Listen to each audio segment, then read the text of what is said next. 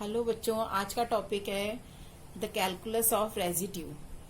The calculus of residue में सबसे पहले हम रेजिड्यू देखेंगे। रेजिड्यू क्या होता है? Let A be a pole of order K. A क्या है? के ऑर्डर का पोल है of F Z, then by Laurent series about Z is equal to A given by fz is equal to summation n goes to 0 to infinity a n z minus a to the whole power n plus b1 upon z minus a plus b2 upon z minus a whole square plus b3 upon z minus a to the power 3 and so on nth term bn upon z minus a to the whole power n हो जाएगा, where bm is not equal to 0। ये Laurent series है, पोल हमारा के order का है, तो Laurent series से हम रेजिड्यू कैसे देखेंगे? Then the coefficient of b1 is called residue of fz at z is equal to a। तो z is equal to a पर रेजिड्यू क्या हो जाएगा? Coefficient b1। Now second is calculus of residue. यदि pole of order के, हमारे पास पोल of order के है लेकिन सीरीज फॉर्म में नहीं है, हम दूसरे फॉर्म तरीके से कैसे सॉल्व करेंगे इसको?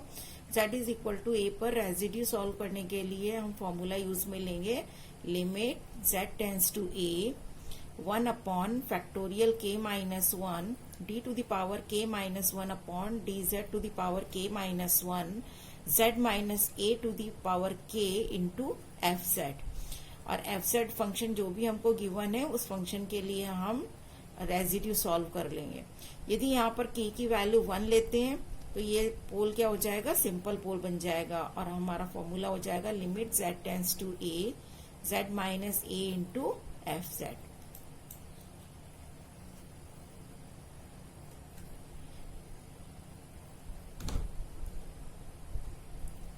Now third is residue at infinity.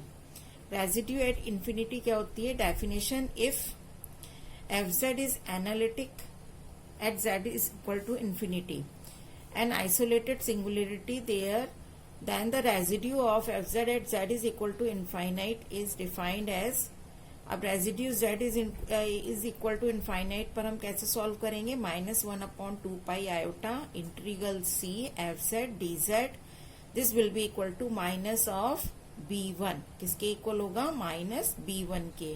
और b1 क्या है? Coefficient of 1 upon z minus a, where C is a large closed contour which enclosed all the finite singularities of fz।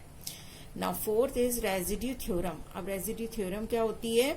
If fz is analytic inside and on a simple closed curve C, closed curve है C और उसके अंदर और उस पर यदि analytic है except at a finite number of singular points हमारे हैं z1 z2 z3 up to zn, then integral of c fz dz is equal to, किसके इक्वल होगा? 2 pi summation n goes to i to n residue of zi। अब यहाँ पर जितने भी सिंगुलर पॉइंट्स हैं उन सभी पॉइंट्स पर हम रेजिड्यू सॉल्व करेंगे और उन सबका सम कर लेंगे। Now 2 pi iota sum of residue at z1 z2 z3 up to zn। ना एक क्वेश्चन सॉल्व करते हैं। Find the residues at the singular points of the following function. First function है हमारा z upon z minus a into z minus b। इसको हमने function fz के equal मान लिया। देखिए अब यहाँ पर डिनोमिनेटर को हम 0 के इक्वल करके इससे पोल सॉल्व करेंगे तो सिंगुलर पॉइंट्स हमारे क्या बनेंगे? z is equal to a and z is equal to b। दो सिंगुलर पॉइंट्स बन रहे हैं। ये दोनों सिंगुलर पॉइंट्स क्या कहलाएंगे? Two simple poles at z is equal to a and b। अब residue of fz at z is equal to a। अब z is equal to a पर हमने रेजिड्यू सॉल्व किया। This will be equal to limit z tends to a z minus a into fz। अब fz की value हमारी क्या है? z upon z minus a into z minus b। ये value हमने यहाँ पर पुट कर दी। z माइनस a से z माइनस a कैंसिल हो जाएगा and limit z tends to a z upon z minus b की वैल्यू क्या हो जाएगी? लिमिट रखने पर a upon a minus b। ये आंसर हो गया। z is equal to a पर रेजिड्यू की वैल्यू आ गई a upon a minus B. Similarly residue of F Z at z is equal to b। अब b पॉइंट पर हम रेजिड्यू सॉल्व करेंगे। सो फॉर्मूला क्या लिखेंगे, limit z tends to b z minus b into F Z and put the value of F Z z upon z minus at z minus b। z minus B से z minus B cancel हो जाएगा, तो limit z tends to a z upon z minus a बचेगा। So इसके sorry यहाँ पर limit z tends to b है, तो इसका आंसर आएगा b upon b minus a। एक और क्वेश्चन हम इसका सॉल्व करते हैं। 1 minus E raise to the power 2z upon z to the power 4। अब इसको सॉल्व करने के लिए हमने क्या करा, सबसे पहले फंक्शन इसको हमने फंक्शन एफ जेड के इक्वल ले लिया। Now let F Z is equal to 1 minus E raise to the power 2z upon z to the power 4। अब इसमें देखिए यदि हम डिनोमिनेटर को 0 के इक्वल रखते हैं तो यहाँ पर z की वैल्यू 0 होगी, लेकिन इसकी पावर 4 है, तो ये क्या कहलाएगा, pole of order 4। Pole of order 4 at z is equal to 0। So residue of F Z at z is equal to 0 पर सॉल्व करने के लिए अब हम यहाँ पर क्या यूज में लेंगे, डेरिवेटिव वाला फॉर्मूला यूज में लेंगे। क्या था, लिमिट z टेंड्स टू 0, क्योंकि 0 पर हमें सॉल्व करना है। 1 upon 4 minus 1 factorial D to the power 4 minus 1 upon D Z to the power 4 minus 1 z minus 0 to the power 4 into F Z. अब यहाँ हमने एफ जेड की वैल्यू पुट कर दी 1 minus E raise to the power 2z upon z to the power 4। तो z to the power 4 से z to the power 4 cancel हो जाएगा और हमें 3 टाइम्स किसको डिफरेंशिएट करना है, 1 minus E raise to the power 2z को। अब हम इसको डिफरेंशिएट करेंगे। 1 अपॉन फैक्टोरियल 3 कांस्टेंट है, इसको हमने लिमिट से बाहर ले लिया। Limit z tends to 0। ना 1 टाइम इसको डिफरेंशिएट किया तो ये minus 2 E raise to the power 2z। Second time करेंगे तो ये 2 फिर मल्टीप्लाई हो जाएगा, 2 स्क्वायर हो जाएगा, एंड थर्ड टाइम करेंगे तो 2 की पावर 3 हो जाएगा। So 1 upon factorial 3 limit z tends to 0 minus 2 to the power 3 E raise to the power 2z। अब हमने इसमें limit z tends to 0 apply करी तो इसका आंसर कितना आएगा, -4/3। नाउ सेकंड क्वेश्चन है, evaluate the following integral using Cauchy's residue theorem. अब हमें कॉशी रेजिड्यू थ्योरम को यूज करते हुए इंटीग्रल सॉल्व करना है। इंटीग्रल है z square upon z minus 2 into z minus 1 whole square dz। और हमें रेंज क्या दे रखी है, सर्कल दिया हुआ है z इज इक्वल टू 5/2। ये इसकी रेडियस होगी इस सर्कल की। नाउ फंक्शन एफ जेड यहाँ पर है z square upon z minus 2 z minus 1 whole square. इसको हमने फंक्शन एफ जेड के इक्वल ले लिया। अब इस फंक्शन के डिनोमिनेटर को यदि हम 0 के इक्वल करते हैं तो सिंगुलर पॉइंट्स क्या क्या आएंगे, z is equal to 2 and z is equal to 1। ये सिंगुलर पॉइंट्स आएंगे तो इस z इज इक्वल टू 2 तो क्या हो जाएगा, सिंपल पोल हो जाएगा, and z is equal to 1 क्या कहलाएगा, पोल ऑफ ऑर्डर 2, क्योंकि इसका होल स्क्वायर हो रहा है। ओके, तो अब हम रेजिड्यू सॉल्व करेंगे at z is equal to 2 पर। z इज इक्वल टू 2 पर रेजिड्यू सॉल्व करेंगे तो limit z tends to 2 z minus 2 multiply by F Z function की वैल्यू पुट करी, z square upon z minus 2 into z minus 1 whole square. z minus 2 से z minus 2 cancel हो जाएगा and value जो हम limit z tends to 2 इसमें apply करेंगे तो आंसर हमारा आ जाएगा 4। Similarly residue of F Z at z is equal to 1। अब हमने z इज इक्वल टू 1 पर रेजिड्यू सॉल्व करना है, लेकिन ये पोल ऑफ ऑर्डर 2 है तो इसमें हमें डेरिवेटिव का फॉर्मूला यूज करना पड़ेगा। 2 ऑर्डर है, सो यहाँ पर 1 अपॉन फैक्टोरियल 1 टाइम डिफरेंशिएट होगा d अपॉन डी जेड। किसका डिफरेंशिएशन करना है, z minus 1 whole square into F Z की वैल्यू पुट करेंगे, z square upon z minus 2 z minus 1 whole square. So z minus 1 whole square से z minus 1 whole square cancel हो जाएगा, हमारे पास z square upon z minus 2 बचेगा और इसको हम डिफरेंशिएट करेंगे विद रिस्पेक्ट टू z। तो अब इसको 1 टाइम डिफरेंशिएट करेंगे तो u upon v formula use करेंगे। इसमें u अपॉन v फॉर्मूले से इसको डिफरेंशिएट करने पर ये हमारे पास आएगा z square minus 4z upon z minus 2 to the power whole power 2। अब इसमें लिमिट लगानी है हमें z tends to 1, z tends to 1 limit इसमें हमने अप्लाई करी तो हमारा आंसर कितना आया -3। नाउ अब नेक्स्ट है बाय कॉशीज, यस, अब हम इसमें क्या करेंगे, कॉशीज थ्योरम अप्लाई करेंगे।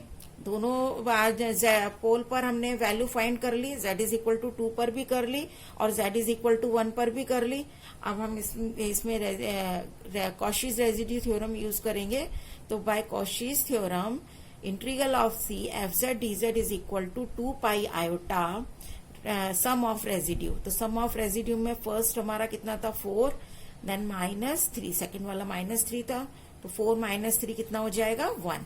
तो आंसर कितना आएगा 2 पाई आयोटा। तो इस इंटीग्रल की वैल्यू किसके इक्वल आई, 2 पाई आयोटा के equal I.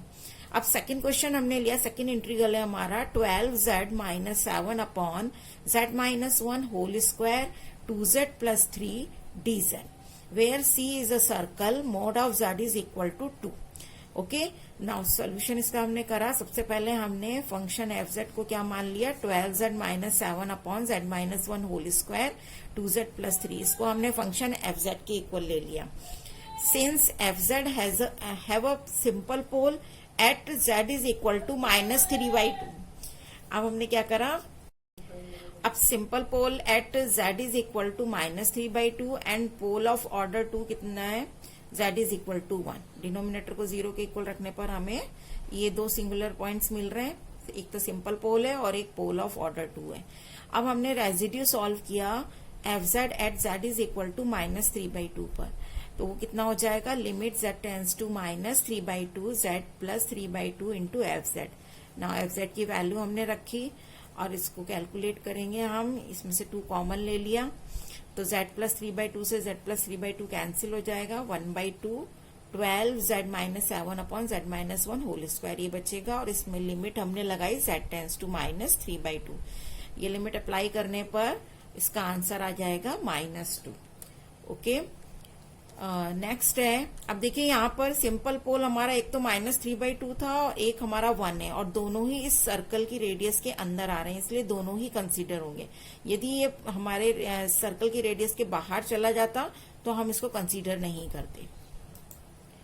Now residue of F Z at double pole at z is equal to 1। अब z इज इक्वल टू 1 पर डबल पोल है तो हमें डेरिवेटिव का फॉर्मूला यूज करना पड़ेगा। Now limit z tends to 1 d upon D Z z - 1 whole square F Z. अब यहाँ एफ जेड की वैल्यू हमने पुट करी तो z - 1 होल स्क्वायर से z - 1 होल स्क्वायर कैंसिल हो जाएगा, हमारे पास आएगा 12z - 7 अपॉन 2z + 3, जिसका हम डिफ्रेंशिएट करेंगे 1 टाइम z के रिस्पेक्ट में, u upon v formula apply करके इसको डिफ्रेंशिएट किया और इसमें लिमिट हमने z टेंस टू 1 अप्लाई करी तो इसका आंसर आएगा 2।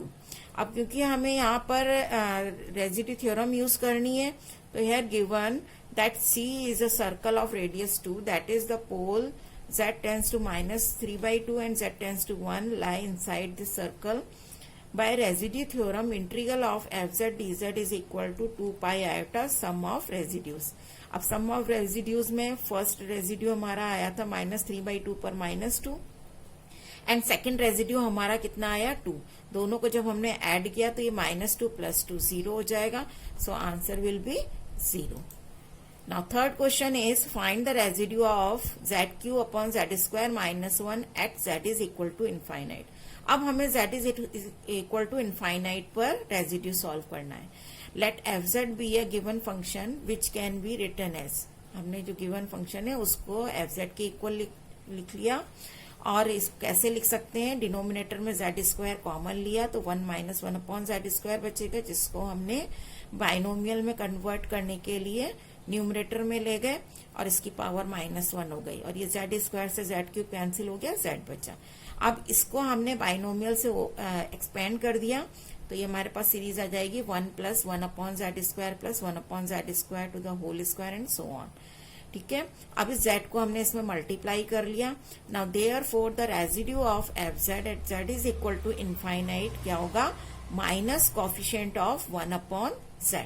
अब जो 1 अपॉन z का कॉफिशिएंट है उसका माइनस के इक्वल होगा। 1 अपॉन z का यहाँ कॉफिशिएंट कितना है 1, तो इसका आंसर कितना आ जाएगा -1।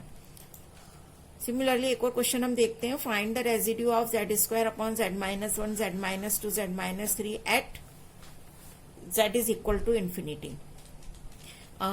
इसके लिए इसमें भी हमें क्या करना है, Z is equal to infinite पर ही हमें रेजिड्यू सॉल्व करना है। तो हमने limit Z tends to infinite minus Z F Z formula use करा ना, माइनस जेड एफ जेड हमारा Z square upon Z minus 1 Z minus 2 Z minus 3 F Z की वैल्यू रख दी। तो अब इसमें देखिए ये जेड क्यूब हो गया, डिनोमिनेटर में हमने तीनों फैक्टर में से जेड कॉमन लिया, तो नीचे भी जेड क्यूब आ जाएगा, one minus 1 upon Z, 1 minus 2 upon Z, 1 minus 3 upon Z, ये बचेगा। जेड क्यूब से जेड क्यूब कैंसिल हो जाएगा। अब लिमिट लगानी है हमें जेड टेंस टू इन्फिनिटी। तो जब हम इसमें Z tends to infinite limit का यूज करेंगे, सो 1 अपॉन इनफाइनाइट 0 हो जाएगा, ये भी 0 हो जाएगा, ये भी 0, तो हमारे पास डिनोमिनेटर में भी 1 बचेगा। न्यूमिनेटर -1 है, तो आंसर